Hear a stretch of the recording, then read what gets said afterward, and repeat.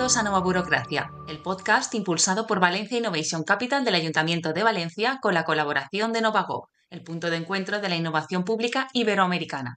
Mi nombre es Pilar Moreno, soy secretaria interventora de la Administración Local y dinamizadora de Nova Burocracia, en este espacio en el que creemos que lo público también se puede contar de otra manera, con emoción, con cercanía y sobre todo con propósito. En Nova Burocracia exploramos cómo la innovación, la tecnología y la inteligencia colectiva están transformando el sector público.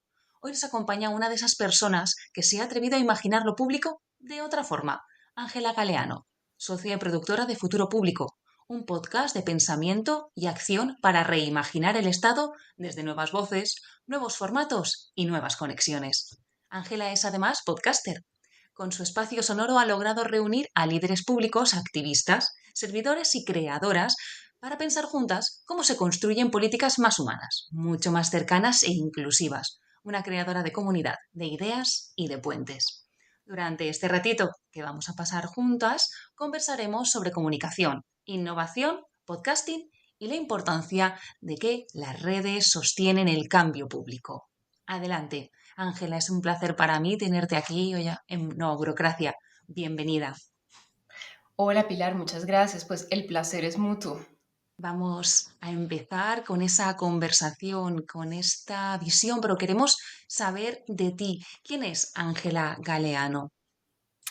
Esa es una muy buena pregunta, pero digamos que Ángela es ante todo un puente entre diferentes avenidas que atraviesan océanos y ríos, etcétera. Y es ante todo alguien que cree y experimenta todo el tiempo. Oh, menuda definición de ti misma, de verdad que sí. Y también queremos conocer qué es Futuro Público.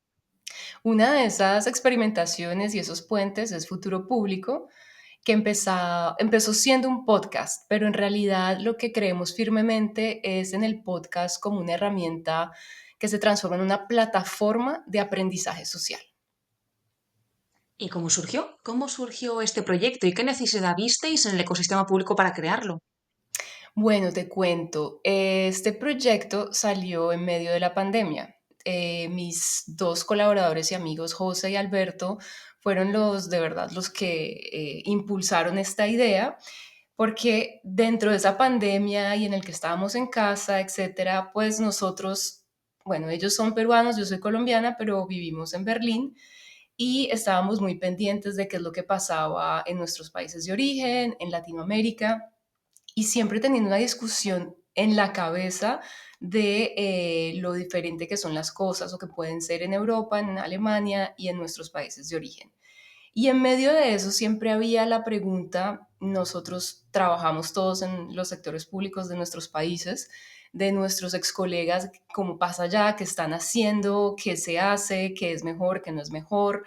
Y ahí funcionó para nosotros una forma de, ok, estamos aprendiendo políticas públicas acá, tenemos un bagaje también profesional interesante, pongamos todo esto a discutir, porque en realidad creo que nos faltaban mucho esas discusiones de pasillo, por decirlo así, donde uno aprende tanto de los proyectos de los otros, en qué están, cómo lo hicieron sobre todo, y bueno, como ese chisme básicamente de cómo hacer los proyectos pasar, especialmente en innovación, y eso fue lo que quisimos también como inspirar a través de este podcast. De ahí nace todo eso.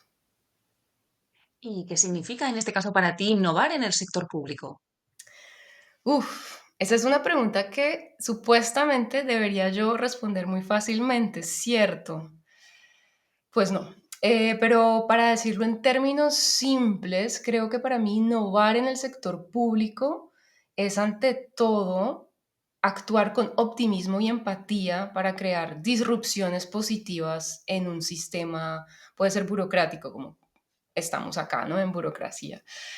¿Por qué? Porque creo que nuestros sistemas muchas veces hieren y curar y prevenir y sanar todo un aparato burocrático es ya en sí una idea innovadora. Desde luego que sí, me ha encantado esa definición que nos has dado. ¿Dirías en este caso que es una cuestión más de herramientas, la innovación pública, o también tiene que ver con la cultura organizacional y la visión colectiva? Mm, Creo que hace unos años me abanderaba más el tema de las herramientas. Entonces, por ejemplo, formé o me gusta mucho la formación, lo que se llama capacity building, la formación de capacidades dentro de lo público y veía que a través de las herramientas podríamos llegar a ese cambio colectivo y cultural.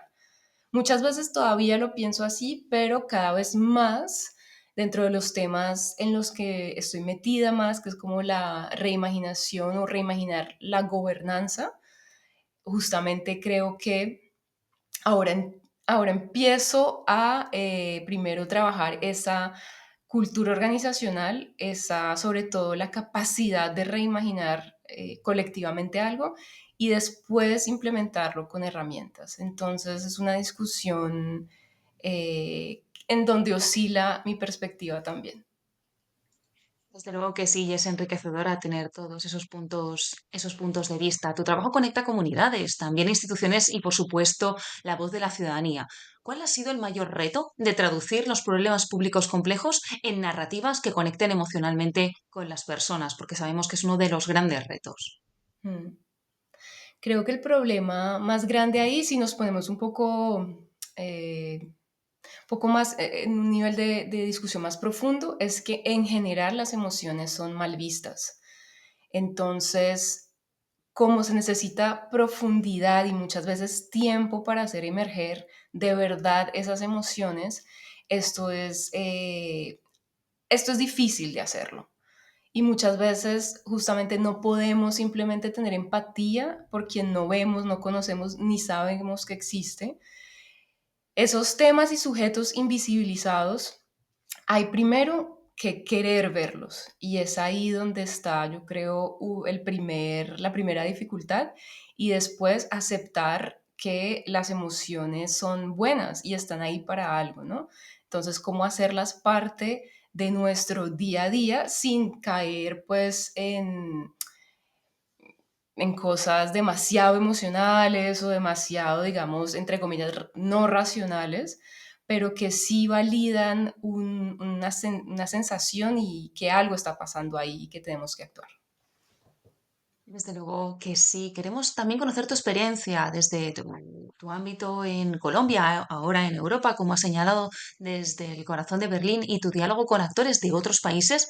¿Qué diferencias y también similitudes ves en la manera en la que América Latina y Europa abordan la innovación pública? Nos interesa mucho conocer tu perspectiva.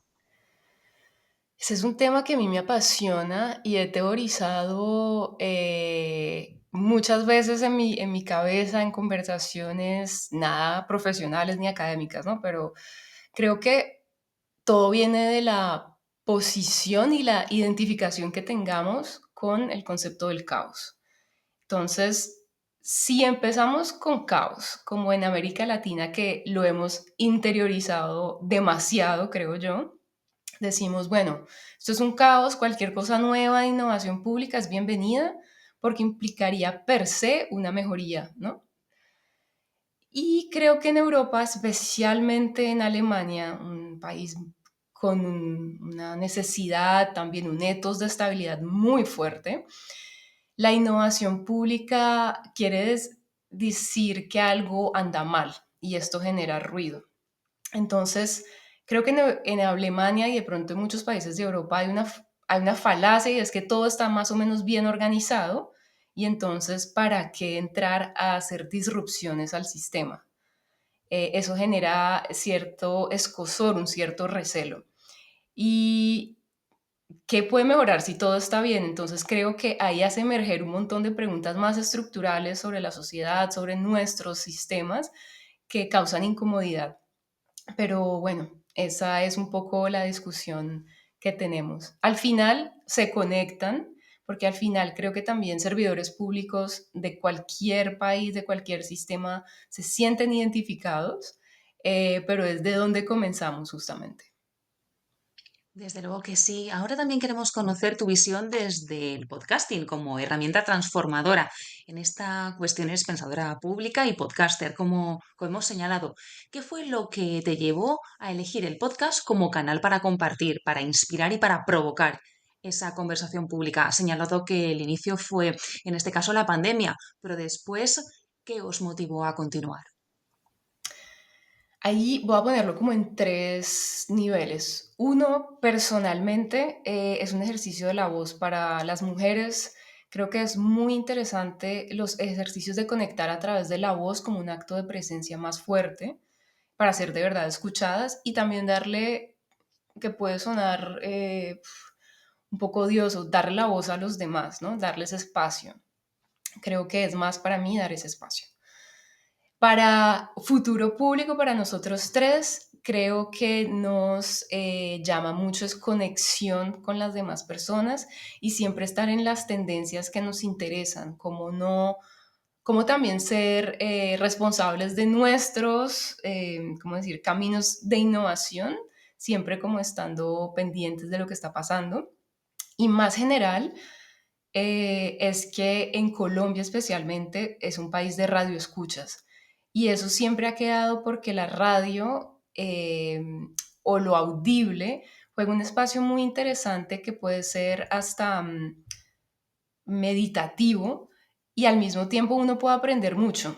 Una cosa que decimos con José y Alberto es que, claro, nos escuchan mucho en Colombia y en Perú por el tráfico, entonces cada quien pone en su carro uno o dos episodios y ya llega a la casa después de una hora, 2 horas, perfecto. Entonces también es como hacer más con esos espacios que casi no tenemos por la vida que llevamos.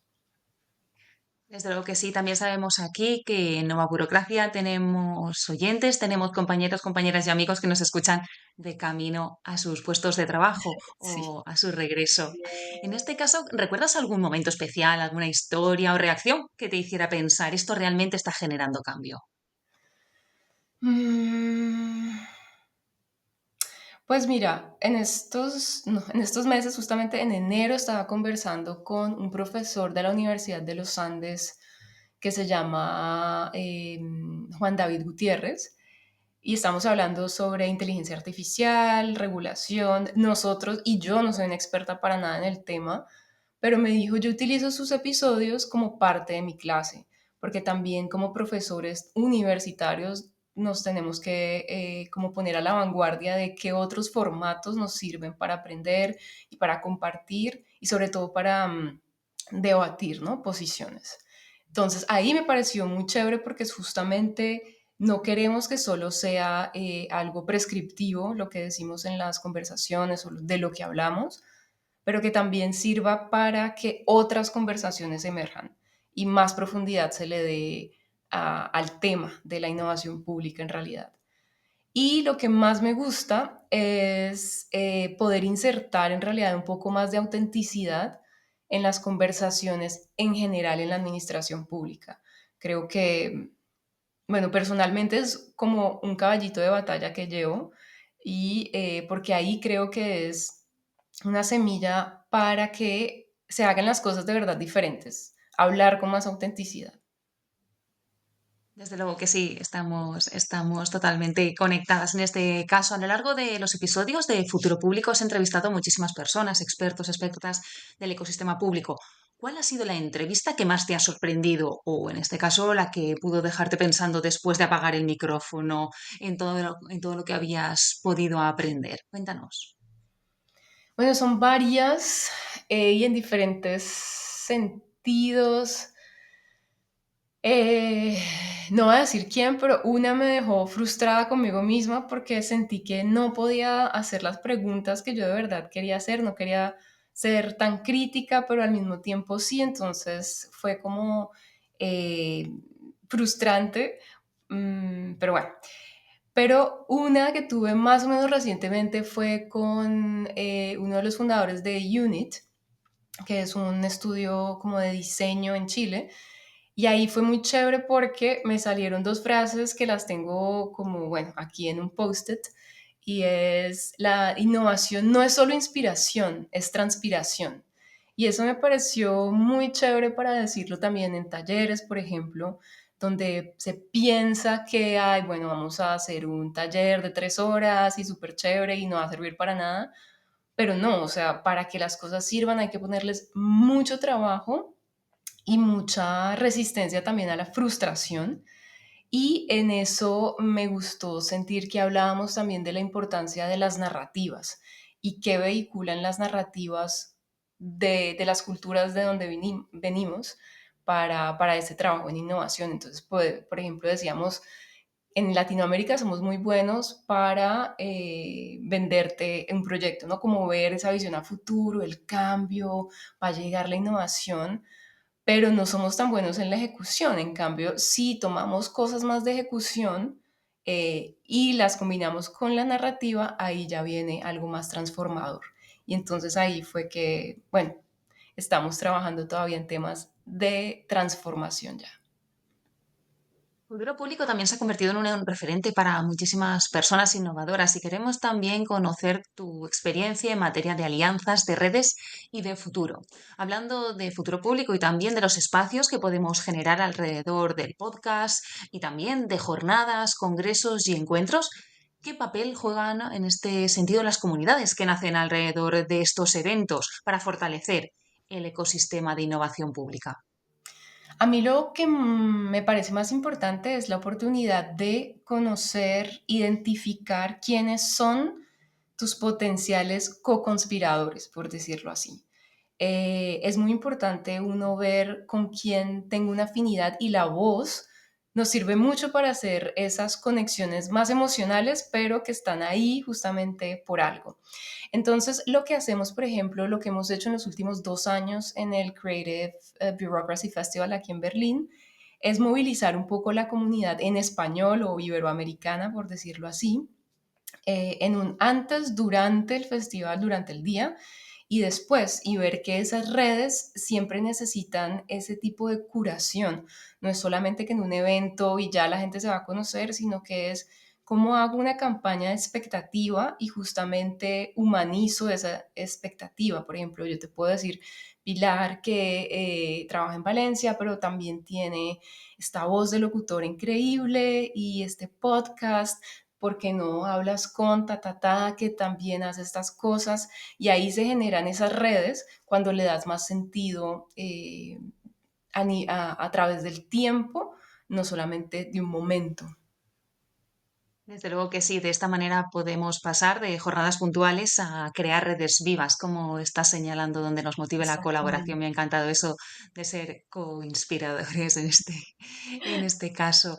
También queremos señalar que tu relación con Novagov, una aliada clave en esta serie. ¿Cómo surgió tu colaboración con la Fundación Novagov y qué valor le ves a este tipo de alianzas interterritoriales y transversales?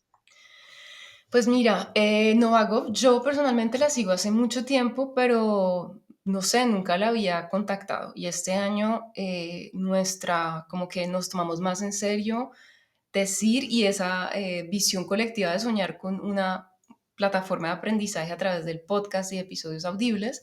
Entonces nos los contactamos y ahí hubo una sinergia increíble eh, porque también tenemos, o sea, podcast, todo el mundo lo puede intentar hacer, pero también lleva una curva de aprendizaje que estamos muy felices y yo personalmente dije, si ustedes están pensando en algo así, hablemos porque aquí podemos hacer cosas que nos interesan a los dos, ya que siempre estamos en clave de unir, pues, digamos, Latinoamérica y España, más allá de la lengua, y aprender cada uno de todos también. Desde luego que sí. Para ir cerrando este episodio, queremos lanzarte una serie de preguntas rápidas y deseamos que nos contestes con una palabra, una frase o lo primero que te venga a la mente. ¿De acuerdo, Ángela? De acuerdo, a ver. Innovación pública en una palabra. Reto, Podcasting o redes sociales para conectar con la ciudadanía. podcasting. Una red o colectivo que te haya marcado profesionalmente. Aquí en Berlín soy organizadora de una que se llama Women Rewiring Systems of Power, como mujeres rediseñando sistemas de poder. Entonces voy a hacer la propaganda ahí. Me encanta, lo voy a buscar. También queremos saber una ventaja del podcasting que pocos conozcan. Escucharse a uno mismo sin Ujú. autocensurarse. Ujú. ¿Cuál es el mayor reto de innovar en la administración pública? Mm, muchos, pero no estandarizar para ofrecer servicios, sino Ujú. hacer sentir a la gente única, pero Un todos. hábito. Ajá, de acuerdo. También queremos conocer un hábito diario que recomiendas para fomentar la innovación. Reírse de uno mismo. Fantástico. Un libro o podcast imprescindible sobre comunicación o gestión pública. Futuro público, podcast, claramente. ¿Cómo definirías la relación entre la tecnología y la comunicación pública? Uf, en nuestros días, por decirlo así corto, codependiente tirando a tóxica. Una competencia clave para una persona innovadora. Comunicar bien. Un evento o espacio que recomendarías a alguien para empezar en todo este mundillo. Sí. Uno, para el podcasting, Deutsche Welle tiene un newsletter muy bueno sobre podcasting y dan tips, webinars, etcétera. Entonces ahí está muy bueno, es gratis. Y si son servidores públicos, súmense a la red Apolitical, que está en varios idiomas y permite justamente tener esas conexiones antes, durante y después. Fantástico. Y por último, un deseo para la innovación pública en los próximos 5 años. Que por favor cuando hagamos un proyecto empecemos, no empecemos con la solución, sino diciendo al menos no sé cuál es el problema. Desde luego que sí, Ángela, ha sido un auténtico lujo compartir esta conversación contigo.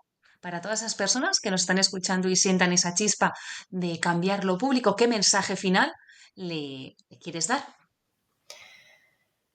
No esperes tanto porque si no se te apaga esa chispa. Intenta algo y busca con quién hoy. Me encanta ese mensaje final que nos dejas, Ángela. Y por supuesto, queremos también saber dónde podemos conocer tu trabajo, escuchar tu podcast y conocer los proyectos de futuro público. Claro que sí, todo nuestro contenido está en nuestro website que se llama futuropublico.org y pueden seguirnos en Spotify, YouTube, Apple Podcast y LinkedIn como Futuro Público. Ahí pueden encontrar todo y estaríamos súper felices de que se sumen a nuestra audiencia también. Muchísimas gracias, Ángela. Ha sido una inspiración y esta conversación ha sido muy generosa por tu parte. Gracias por acompañarnos.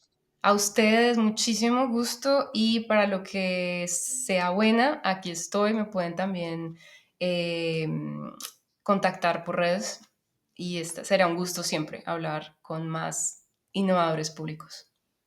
Por supuesto que sí, gracias Ángela y a quienes nos escucháis desde vuestras oficinas, vuestras casas o en el coche mientras vais y volvéis del trabajo. Gracias por acompañarnos.